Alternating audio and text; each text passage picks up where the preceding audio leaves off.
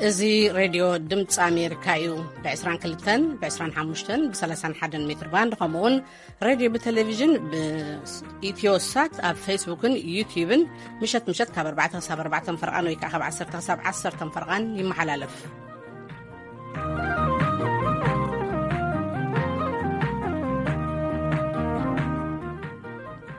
تحند مسكم كبرى سمعتنا لومي سوني 4 تقمت 2021 ويكا 24 مسكرم 2014 عام تمرتي ومدباتنا بزينا خنجمرينا اب اثيوبيا قدماي منستر ابي احمد قال محلا فصيمو مالو زبل كتاب زينانا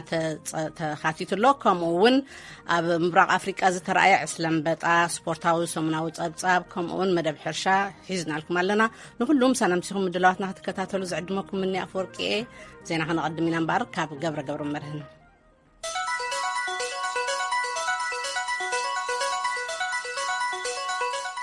كما يقنيهم زينا كسمعكم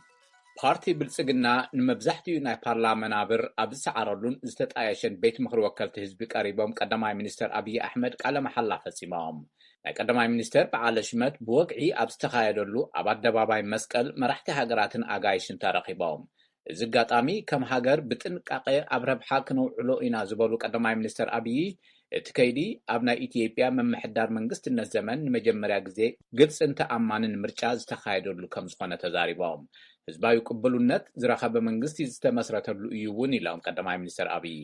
ኣብቲ ስነ ስርዓት መደረ ዘስምዑ ገለ መራሕቲ አፍሪካ ቀዳማይ ሚኒስትር አብይ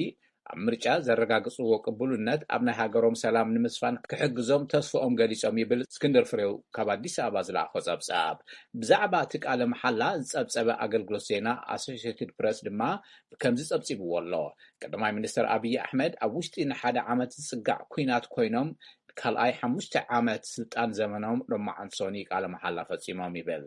ናይ ዶክተር አብይ ፓርቲ ብልጽግና ኣብ ቀረባ ኣብዚ ተኻየደ نقفيت زقربون تقاومت بارتات زتحاسمون كلنا وصاية تعذبت دما كابتوم زحالفو مرجعات زحاشا يزبالو مرجعات عويت ايو اب كل تشعن عصرت تشعاتنا قواطرا فرنجي ناي نوبل ناي سلام تشلام زخونو قدماي منستر ابي ناي تقراي كوينات ناب كالوت كفالات تهاجر ناقفح بمخادو عبي بالدهوتات كتيم ويركب دماوي ناي نگرات هوكت قصيلو تحلقت مسلات لما ناي عفان منغستي تكبارات نابت ناي قدم يملسالو كبلو يتنقو يبل صبصاب አገልግሎት ዜና ኤፒ መስራትን ዋና አሰናዳእን ኢትዮጵያ ኢንሳይደር ዝኾነ ጋዜጠኛ ተስፋ አለም ወለየስስ በፖሊስ ከም ዝተኣስረ ጸብጻባት ሚድያ ፍሊጠን መሳርሕቱን አዕርክቱን ሃለዋቱ ከም ዘይፈልጡን ተገለጹውን ፖሊስ ፌደራል ዘሰክፍ የለን ክብል በመግላጽ ንማእሰርቱ ምርግጋጹ ቢቢሲ ጸብጺብሎ ፖሊስ ተወሳኺ ዝርዝር ሓበሬታ ኣይሃበን ፈጻሚ ዳይሬክተር ማእኸል ንስጓም ንመሰልን ዴሞክራሲን በፈቃዱ ኃይሉ አዲስ አበባ ንዝተኻየደ በዓል እሮቻ ድሕሪ ምጽብጻቡ ሃለዋቱ ከም ዝጠፈ ገሊጹ በፈቃዱ በትዊተር ኣብ ዘርግሖ መልእኽቲ ተስፋ ዓለም ትማል ሰንበት ኣብ ቢሾፍቱ ንዝተኻየደ ናይ እሮቻ ፌስቲቫል ሽፋን ንምሃብ ትልሚ ነይሩ ወይሉ ተስፋ ዓለም ድሕሪ ናይ አዲስ አበባ በዓል እሮቻ ሰባት ንምምሕዳር ቀዳማይ ሚኒስትር አብይ በመንቃፍ ድምጾም እናስምዑ ዘርኢ ቪድዮ ኣብ ናይ ኢትዮጵያ ኢንሳይደር ማሕበራዊ መራኸቢ ፌስቡክ ኣውፅኡ ነይሩ ተሳተፍቲ ጀዋር ዝብል ድምጺ እናጨርሑ ፖለቲካዊ እስራት ክፍትሑ ሓቲቶም ኣለው ተስፋ ዓለም ዞን 9 ብሎገራት ብዝብል ዝፍለጥ ኣብ 2014 ኣቋጥራ ፈረንጂ ካብ መንጎ ዝተኣስሩ 3 ጋዜጠኛታትን 6 ብሎገራትን ሓደ ነይሩ በዓል እሬቻ ንሳልሳይ ግዜ ኣብ አዲስ አበባ ከም ዝተብዓለን ከንቲባ አዲስ አበባ ዝኾና ወይዘሮ አዳነች አቤቤ ናይ ሕወሓት ኣጋር ኢለን ዝጸውዕኦ ሸኔ ዝለኣኾም ሰባት ነቲ በዓል ክርብሹ ፈቲኖም ክብላ ከሲሰን እተን ከንቲባ ሸኔ ኢለን ዝገለጽኦ ንባዕሉ ግን ናይ ኦሮሞ ነጻነት ሰራዊት ኢሉ ዝጽውዕ ክሳብ ሕዚ ኣብቲ ጉዳይ ዝበሎ የለን ሬድዮ ድምፂ አሜሪካ ናይ ሎሚ ናይ እሬቻ በዓል ካብ ቢሾፍቱ ንምጽብጻብ ዝገበሩ ጻዕሪ ካብ ኣተሓባበርቲ ናይ መሕለፊ ፍቃድ ብዘይ ምርካቡ ኣይተዓወተን ይብል ጸብጻብ ፀሐይ ዳምጠው አቦ እምበር ዓረና ትግራይ አቶ አብርሃ ደስታ ዝሓለፈ ሐሙስ ብፖሊስ ከም ዝተኣሰረ ጠበቁ ንቪኤ ገሊጹ ህወሓት ካብ ናይ ትግራይ ምምሕዳር ምስተኣለየ ብመንግስቲ ቀዳማይ ሚኒስትር አብይ አሕመድ ንትግራይ ከም መሓደር ኣብዚ ተሸመ ጊዜያዊ ምምሕዳር ሓላፊ ቢሮ ማሕበራዊ ጉዳይ ዝነበረ አቶ አብርሃ ደስታ ምስ ምንኣስሓው ገብረ ህይወት ደስታ ስራ መስከረም 2014 ዓመተ ምህረት ኣብ ቁጽር ከም ዝወዓሉ ኣማስዩ ብስልኪ ዘዘራረብክዎ ጠበቁ አቶ ተስፋ ዓለም በርሀ ገሊጹ ተኣሰረሉ ብሐሙስ ኢስራ مسكرم متحد حول تأثيره بانك فرحتنا ترى نواري يتحول مقنعات ترتارة هايلو بوجن بوليس لا بيت فرد زغارنا منقسل بين فتلالي يقول كرحاقون تكلنا بيكون إنفورميشن حواليتا بسوشيال ميديا حسكايت موجسي هذا زغارو كان إدما بحقاوي شقود حسكا طرف حسكايين انتقادات زي حقاوي شقود بهال كمقنعات كمشفانين ده فقاد لو يشقود ኣብዚ ሓለፈ ሰሙናት ተኣሲሮም ዝነበሩን ብዋሕዚ ዝተፈትሑን 13 ናይ እንጦጦ ኪዳና ምህረት ሞኖኮሳትን ኣቕሽትን ሓዊሱ ናይ ብዙሓት ተወለድቲ ትግራይ ጠበቓ ምዃኑ ኣቶ ተስፋ ዓለም ገሊጹ ንእሽተይ ሓዉ ንኣብርሃ ደስታ ሰራሕተኛ ባንኪ ምዃኑን ኣብ ፖለቲካ ዝኾነ ይኹን ተሳትፎ ከም ዘይብሉን ጠበቑ ተስፋ ዓለም ሓቢሩ መንግስቲ ቅድሚ ሎሚ መንነት መሰረት ዝገበረ ማእሰርቲ ኣይፈጸምኩን ክብል ክገልጽ ጸኒሑ እዩ ብመሰረት ኣብ ቀረባ ልሕኹ ዝወፀ ምስጢራዊ ሰነድ ናይ ኬንያ ፕሬዚዳንት ኡሁሩ ኬንያታ ስድራ ኣብ ወፃኢ ሃገር ዝተሓብአ ምስጢራዊ ሃብቲ ከም ዘለዎም ተፈሊጡ ዓለም ለኸ ኮንሶርቲየም መርመርቲ ጋዜጠኛታት ICIJ ብመሰረት ዝረኸቦ ሰነድ ናይ ቀደምን ናይ ሎምን መራሕቲ ዓለምን ተሓባበርቶምን ዝተሓብአ ሃፍቶም ይዝርዝር ICIJ Pandora Papers ተባሂሎም ኣብ ዝፅውዑ ሰነዳት ከም ዝሓበሮ ኬንያታን ወላዲት ኣዲኦምን ኣሕዋቶምን ሓዎምን ልዕሊ $30 ሚልዮን ዝዋግኦም ሃፍትታት ብናይ ወፃኢ ኩባንያታት ኣብ ወፃኢ ሃገር ተኸዊሎም ይርከቡ ይብል ኣብ ናይ ሕርሻ ናይ መንበረ ኣባይትን ባንክን ስራሕቲ ዝተዋፈሩ ስድራ ኬንያታ ኣብ ኣፍሪካ ሓደ ካብ ሃፋትም ተገይሮም ይውሰዱ ዝበዝሕ ሃፍቶም ቅድሚ ፕሬዚዳንት ምዃኖም ዝተጠረየ እዩ እቲ ኣብ ወፃኢ ዘሎ ሃፍቲ ዘይሕጋዊ እዩ ማለት እኳ ተዘይኮነ ግዕዜና ንምቅላስ ግልጽነት ክህሊ ፕሬዚዳንት ኬንያታ ጻውዒት ከቕርቡ ምጽንሖም ግን ቁንዕንኦም ኣብ ጥርጣረ ዘውድቕ እዩ ኣብ ህንዲ ንኣሰሓቢ ናይ ሕርሻ ሕጊ ዝቃወም ኣብ ሰሜናዊ ክፋል ግዝኣት ህንዲ ኡታር ፕራዴሽ ዝተኻየደ ሰልፊ ስዒቡ 4 ሓረስቶት ሓዊሱ 8 ሰባት ምስ ተቃትሉ ወጥሪ ከም ዝዓሰለ ተፈሊጡ እቲ ኣጋጣሚ ኣብ መንጎ መንግስትን ናይ ሕርሻ መሪሕነትን ንሓደ ዓመት ዝጸንሐ ደውታ እናገደደ ምምጽኡ ዝሕብር እዩ ኡታር ፕራዴሽ ሓረስቶት ብስፍሓት ተቃውሞም ዘስምዑላ ክፍለ ግዝኣት ምዃና ተፈሊጡ ኣሎ እቲ ተቃውሞ ምህርቲ ሕርሻ ንውልቀ ኩባንያታት ክሽወጡ መንገዲ ዝኸፍቱ 3 ሕግታት ክስረዙ ብምሕታት እዩ ዝካየድ ዘሎ ኣብ መወዳእታ ንኣፍጋኒስታን ዝመርሕ ዘሎ ታሊባን ብሶኒ ኣብ ከተማ ካቡል ብዝገበሮ ስርሒት ኣብታ ከተማ ዝነበረ ኣሃዱ ጉጅለ ዳዕሽ ከም ዝደምሰሰ ኣፍሊጡ እዚ ፍጻመ ብሰንበት ድሕሪ ዝተኻየደ ህይወት 8 ሲቪላውያን ዜጋታት ኣጥፊኡ ንኻልኦት 20 ዘቁሰለ ምስ ዳዕሽ ምትእስሳር ከም ዘለዎም ዝፍለጡ ጉጅለ ድሕሪ ምፍጻሙ እዩ እቲ ብዳዕሽ ከይ ዝፍለጥ ጉጅለ ሙሉእ ብሙሉእ ተደምሲሱ ኣባላቱ ድማ ኩላቶም ከም ዝተቐትሉ ወሃብ ቃል ታሊባን ኣብ ዝሃቦ ጋዜጣዊ መግለጺ ኣፍሊጡ ተቐማጦ ካቡል ብርቱዕ ምልውዋጥ ተኽሲ ከም ዝነበረ ከምስክሩ ከለው ብመሰረት ሓበሬታ ታሊባን ሓያሎ ካብቶም ምስቲ ጉጅለ ዳዕሽ ከይ ዝተኣሳሰሩ ዕጡቓት ጉጅለ ኣብቲ ስርሒት ድሕሪ ምኽባቦም ባዕልቶም ነብሶም ከም ዘጥፍኡ የመልክት ጉጅለ ዳዕሽ ከይ ኣንጻር ታሊባን ዝቐንዐ ሓያሉ መጥቃዕትታት ምፍጻሙ ደኣ የመልክት እምበር ነዚ ድሕረዋይ ዝተኻየደ ልውውጥ ተኽሲን ብታሊባን ዝተነገረ ዓወትን ኣመልክቱ ዝሃበ ርእይቶ ግን ዛጊድ የለን ጉጅለ ዳዕሽ ከይ ብሰንበት ኣብ ካቡል ዝተፈጸመ መጥቃዕቲ ድሕሪቲ ኣብ ወርሒ ነሓስ ዝተኻየደ ህይወት 13 ዜጋታት ኣሜሪካ ዝርከብዎ 200 ሰባት ዘጥፍአ መጥቃዕቲ እቲ ዝበርትዐ እዩ ዜና ኣብዚ ይፍጸም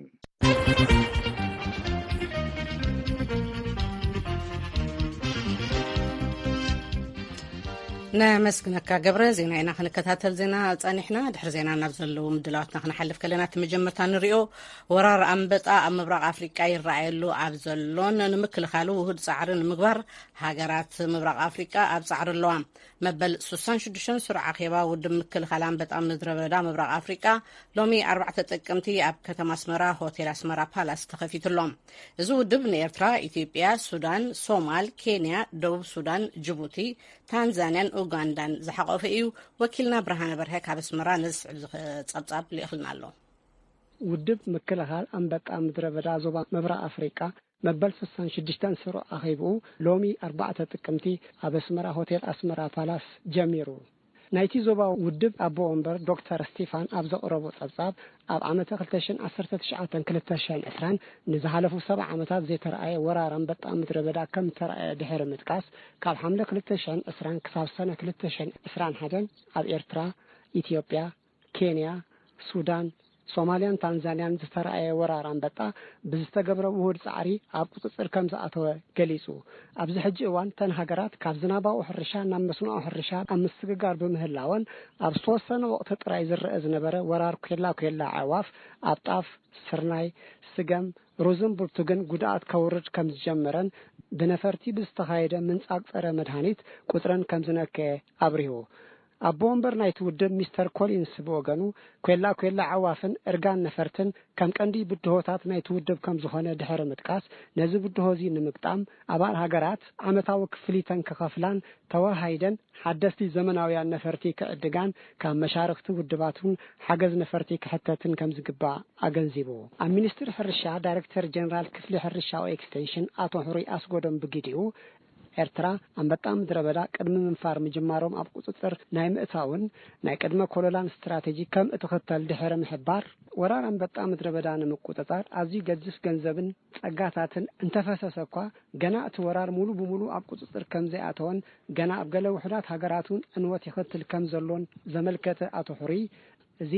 ነቲ ናይ ምክልኻልን ምቁጽጻርን ስትራቴጂ ክንክልስ ከም ዘለና ዘመልክትዩ ኢሎ ኤርትራ ትርከበሉ ከባቢ አንበጣ ምድረ በዳ ንምፍራይ ምቹ ምዃኑ ዝገለጸ አቶ ሁሪ ነዚ ኣብ ግምት ብምእታው ምድረ በዳ አንበጣ ብህይወቱ ብምእካብ ካብ ብከላ ነጻ ብዝኾነ መንገዲ ንምግቢ እንስሳ ከም ዝውዕል ዝገብር ሓድሽ ምህዞ ከም እታኣታተወ ብምሕባር ነዚ ማሽን ዘፍርዩ ትካላት ኣብ ምንዳይን ኣውፈርቲ ኣብ ምድላይን ከም ዝርከብ ኣረዲኡ ኣብዚ ንሰለስተ መዓልታት ዝቕጽል መበል 66 ስሩዕ ኣኼባ ምክልኻል አንበጣ ምድረ በዳ ዞባ ምብራቕ ኣፍሪቃ ናይ 2021 ዓመት ንጥፈታት ብምግምጋም ናይ 2021-22 መደብ ክሕንጽጽ ትጽቢት ይግበር ኤርትራ ኢትዮጵያ ኬንያ ኡጋንዳ ታንዛኒያ ጅቡቲ ደቡብ ሱዳንን ከዓ 8 ኣባላት ናይቲ ውድብ እየን ብርሃነ በርሀ ንድምፂ ኣሜሪካ ካብ ኣስመራ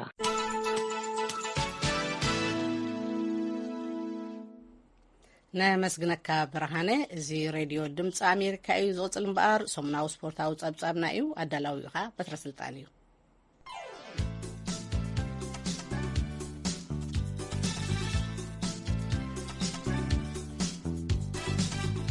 أفكارت سبورت كما يكنيهم ببعث أجري خنجمر أبعث أجري كلمة خلنا قديم مزتقص قطمات بريمير ليج عد إنجليزيو كلام السنابتي أزيم برتعد قطمات تغيرهم بحلفر ليفربول مانشستر سيتين زنبرن أزيو تمتعطانن روسن قطمن እቲ ኣብ ኣንፊልድ ሜዳ ሊቨርፑል ዝተኻየደ ግጥም ብማዕረው ውፅኢት 2-2 ተዛዚሙ ግብፃዊ መሐመድ ሳላህ ኮኸብ ዝኾነሉ ግጥም እውን እዩ ነይሩ ሰነጋላዊ ማኔን ሳላህን እዮም ንሊቨርፑል ሾቶታት ኣመዝጊቦም ንቀዳማይ 45 ደቂቃ ግዜ ግጥም ማንቸስተር ሲቲ ተቆጻጽራቶ ነይራ ድሕሪ ካምቢያ ግና 2 ግዜ ተመሪሓ 2 ግዜ ካብ ድሕሪ ተበጊሳ ማዕረ ሾቶታትን ኣመዝጊባ ነጥብ እውን ተማቒላ ካብ ሜዳ ወፅያላ ዝናኣድ ምንቅስቃስ ነይሩዋ ሲቲ ዓላምታ ጋንታ ጋርዲዮላ ግጥማት ፕሪምየር ሊግ ብዘይ ምክንያት ኣይኮነን ናይ ዓለምና ተፈላጣይ ሊግ ዝኾነ ክብል እውን ናድኡ ገሊጹ ليفربول أما بال59 دقيقة بساديو ماني أما بال76 دقيقة بصالح سيتي دما أما بال69 دقيقة بفيل فودن أما بال81 دقيقة دما بكيفن دي بروين أزياتنا شاتو أمزجيبو كلتا نخلتا تصوتها تزازيمو جرماناو يرجن كلوب أبناي لهم زبن قطمات بريمير ليج سعرتاي قطمان زلو صبو الجمامرا أمنا لهم زبن قطمات لعلن تحتن تبل زلا مانشستر يونايتد نكريستيان رونالدو بول باغبا جيدن سانشون أمتقع مسمر أسلفاون كنديز خالتو تنكساق سنبر عاوت قنا مسرحة غايزولو أبز سالستي مس إيفرتون أبز نبرا قطم مان يونايتد نقروبيا خاب سعرة تمليتا صالح حقي فار ويكع فيديو زحق زنبر إيفرتون كالاشتو أمزقبانيرا قنا أوف سايد تباهيلا تسعيراتا هادن حادة تفلالين نتلك تمرحو ظلا تشلسي كوين الله نساوزهامبتون سلستن حادة قاسعتا 16 نتوتات حيزا نبريمير ليج تمرح الله ليفربول بحادة نتوي تمريحة خلعي مان سيتي بكلتا نتوي كحيتا سالساي مان يونايتد إيفرتون برايتون برانفورد توتنهامن تغتاتيلن كساب الشامنا يركبا أرسنال كاب تشيلسي بشدشت نتوتات حيتا مبل 11 تركب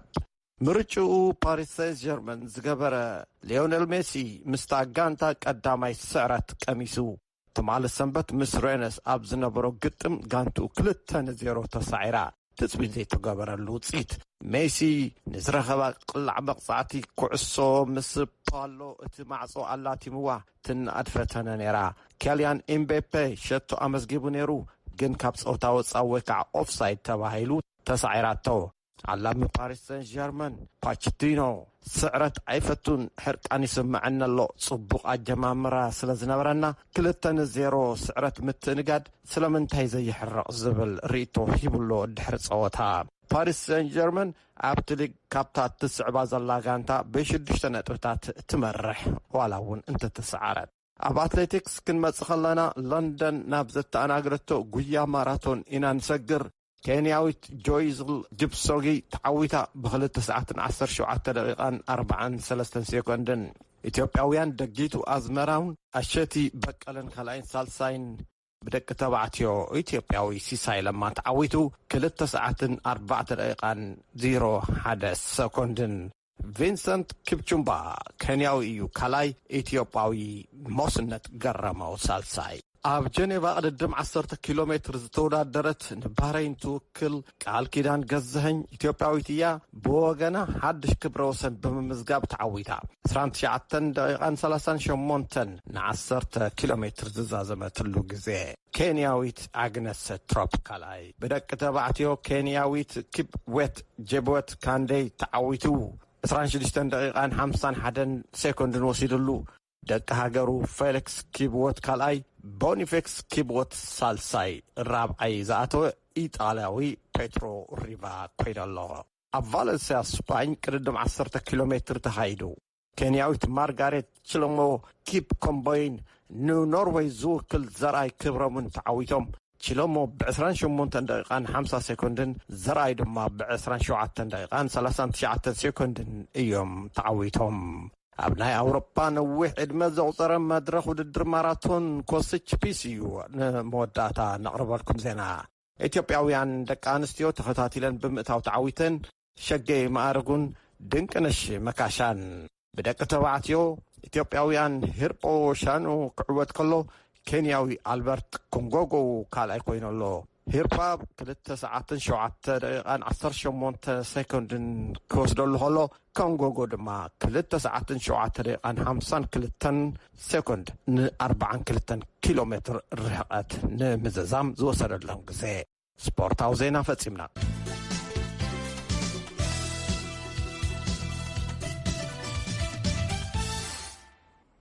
ነመስግነካ በትረ ንስፖርታዊ ጸብጻባት እዚ ሬድዮ ድምፂ ኣሜሪካ እዩ ዝቕጽል እምበኣር ስርዕ መደብና ሕርሻ እዩ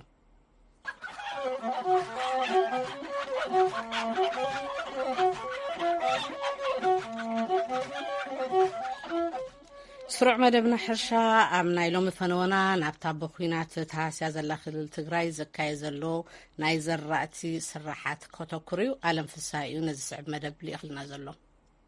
ኣብ ዝሓለፈ ዓመት ልዕሊ 1 ሚልዮን ሄክታር ስፍሓት መሬት ብዘራእቲ ተሸፊኑ ዝነበረ ለማ ዓመት ግን 400,000 ሄክታር ስፍሓት መሬት ጥራሕ ብዘራእቲ ምሽፋን ተኻኢሉ ይብሉ ኣብ ቢሮ ሕርሻን ገጠር ልምዓት ትግራይ ዳይሬክተር ልምዓት ዘራእቲ ኣይተ ሰለሞን ገብረስላሴ ኣይተ ሰለሞን ገብረስላሴ ኣብ ዝሓለፈ ዓመት ልዕሊ 1 ሚልዮን ሄክታር መሬት ምሸላ ብዝዓብለሎም ብዝተፈላለየ ዘራእቲ ተሸፊኑ ነይሩ ኢሎም ብዘይካዚ 500,000 ኩንታል መዳበርያን 12,000 ኩንታል ምሩፅ ዘርእን ናብ ሓረሳይ ተኸፋፊሉ ይብሉ ኣይተ ሰለሞን ገብረስላሴ ወሲኾም እቲ ኣብ ሕሉፍ ዓመት ተዘርኢ ዝነበረ ዘራእቲ ኩነታት እቶቱ እንትዛረቡ ድማ ከምዚ ይብሉ ናይ ዓሚ ስራሕናይ ስራሕ እዚ ኣትዩልካ ክትብሎ ይትኽእልን ኣብ እዋን ወራር ዝተፈፀመ ኣብ እዋን ዓፂድ እዩ ነይሩ ያው ኣብቲ ብርክ ንሱ 40% ተዓፂዱ ነይሩ ንሱ እቲ ናይ ስርናይ ካብታት እንገለ ዝነበረ ተዓፅለሉ እዋን ነይሩ ስለዚ ኣብ ምዕፃድ ዝርከበሉ ዝነበረ ትኻልእ ግን እቲ ናይ መሸላ ካልኦትን ዝነበረ ድማ ለድሕሪ ዝኸይድ ዝነበረ እዩ ስለዚ ተሰሪቑ ተቃፂሉ ተቢሉ ዝኸደ ወላ ብኩርሳስ እውን ተወሰደ ነገር ስለ ዝነበረ ትክተት ገምጋም እዚ ተረኺቡ ትሎ ይትኽእል ምክንያቱም ከመይ ጌርካ ኣብ እዋን ኩናት ስለ ዝነበረ ሰብ ናብ ክሳይ ዘውፅእ ነበረ ዝሕረደሉ ዝሃድመሉ ዝጠፈሉ ዝነበረ እዋን እዩ ነይሩ ማለት ስለዚ ኣይተ ሰለሞን ገብረስላሴ ኣብዚ ዓመት ካብ ዘለና 1.2 ሚልዮን ሄክታር ስፍሓት መሬት 400,000 ሄክታር ኢና ዘሪእና ይብሉ ንሱ እውን ብዝግባእ ዘይተሓረሰ ዘይተላሳለሰ ኣብ ቀዳማይን ካልኣይን ማሕረስ ንምዝራዕ ዝኸኣለ መሬት ይብሉ ኣለዉ تي خناتات كن يخلنا تناي لزون زلو حينا زنورنا ياو مريتنا يفلط 1.3 مليون هكتار يو مس معراب حويسكا سلازي لزون ياو تتزري زلو سغا حزقات ريبورت صقملو مكناتهم كلس بلا يكونن تناي محاورنا ون عرينا تسرح زي متاو تخادنا ريبورت ناي كوميونيكيشن صقمات له كل نغرات له لعل 400 هكتار تزري له يوت زلنا بيدنا زلنا مالتي سلازي زختري خلها ግን بእዋኑ ተሐሪሱ ሰለሳለሰን በخمتخ ዝግቦ ነገር አይኮነን ምክንያቱም ተኹንታት ዝነበረ ተሐርስን ብዕራውን ተሐሪዲዩ እንስሳቱን ተቢለኔን ተብሎ በጣም መጸገም ዝነበረሉ ኩነታት ይነሩ ስለዚ ድሓር ኣብቲ ሰረኸበ እዋን ወላታ ጥብዘለት ማውራት ተረኸቡ ገለዛዕ ተበለውን ካብ ቀዳማይ ክሳብ ካልኣይ ማሕረስ ተሐሪስ መዛሕቱ ከምቲ ዝድለ ይኮነን እዚ ጣፍተይናስ 50 ዘርኢ ዝኸውን ነሩ ንሕጽቡ ኮይኑ ወይ ረባዓይ ዘርኢ ኸውን ይኸዲ ስርናይውን ያው ተሰለሰለ حارس كاتبሎ አይተ ሰለሞን ጎስላሴ ምስተብዝግ ባዕድ የተሐረሰን የተላሰለሰን መሆኑ እታወታት ክንጥቀም ግድን ነሪብሉ በመሰረቲ 533 ኩንታል መዳበሪያን 80 ኩንታል ሙሩጽ ዘርን ምጥቃም ክኢልና ኢሎም ካብ ሙሩጽ ዘርውን ያው 50 ዓመት ዝገለጽ ኮይኑ ዘርኡ ኩሉ ተበሊዑ ስለዝኾነ ዝሐረሳይ ዝኸመይገና ንግፎን ንኽእል ነገር 80 ኩንታል ዝኸውን ናይ ሙሩጽ ዘርን ናይ ከባቢን ዘርን ምስ ፕሮጀክታት ምስ ገበርት ሰናያት አካላት ዘለው مسونا تعددن بنصانات حرساي زوهابلو መንገዲ ተፈጢሩ ማለት እዩ ዳይሬክተር ልምዓት ዘራእቲ አይተ ሰለሞን ገብረስላሴ ኩነታት ክራማት አመልክተሙን ቶም ዘራና ብርክታት ሕዚ ያው ኣብዚ ሕዚ እዋን ኮይንካ ተብሎ ከለኻ ተዘሪኦም ዘለው ዘራእቲ ኩነታት ክራማቱ ሓደ ወላ ጥቅላል እንተሃለውናት ናይ ማይ ኩነታት ዝናብ ዝነበረ ብፍላይ ካብ ደው ክሳብ ምብራቅ ዘሎ ካብታት ዘለው ፍርቆ ሓዊስካውን ናይ ማእኸላይ ዘዋታት ዘለው እዚ ኣብ نحسم ودعت كارتات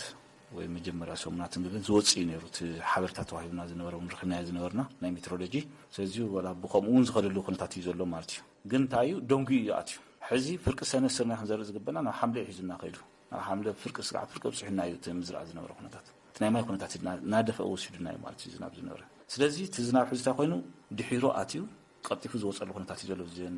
زوات زين تأسخون مارتي تخالي انت عينيرو بخما خلاي زوا فرقه حسكان تحت زلو ني يغصن سمين معرابن حسين زلو خاو اندحاب زلو ግን تما يكونتاتون اب اساتات تاعات غير مسكرم بولسي زبط تخسايلو تكونتاتون كومير ايكايت دايركشن تري خلاها ግን تناي مزنقع زناب ስለዝነበሮ እዚ خالሎ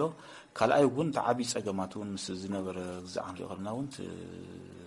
مابتناي زنا كنتات زي تحده سلازي زي زلو ابز حزوان كن يخلنا كنت موزحتو تناي مشيلا زلو ام اولادن اب منباب زلو يتكونتا زلو عفون ام شوات بصيحلو سرنا يخونو سغم طافاتن زدما اب وديت كوين يزركود زلو كنتات زلو نعتارون ام منبابن كنت نزم زلو ماتي سلازي زي زلت كنتاتو اب تግራይ አንበጥ አምርአዩ አይተ ሰለሞን ሓቢሮም አለው በመሰረት እዚ በብርክ ክልል ኮሚቴ ተጣይሹ ኣብ ስራሕ ይርከብ ኢሎም حرساي بزغبا مريت خفتشون تلابيوم تناي كنتات አንበጣ ዘሎ ሕዝውን ተራይሎ ትናይ ሰማታት ሙዳድ ይግበረልሎ ኣብዚ ናይ ቴክኒካል ኮሚቴውን ከም ክልሉን ተጣይሹ ናይ በዓል ዝኻለ ዝመርሖ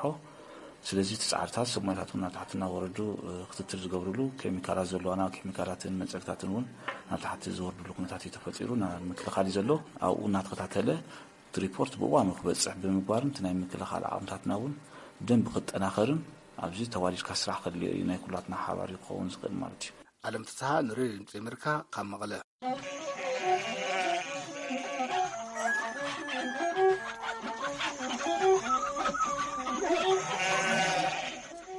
كونتات زرعتي اب تግራይ ዝብል ምድላዊ ዓለም ፍሳሕ ይዝልና ጸኒሑ ነመስግነካ ዓለም እዚ ሬድዮ ድምጽ አሜሪካ እዩ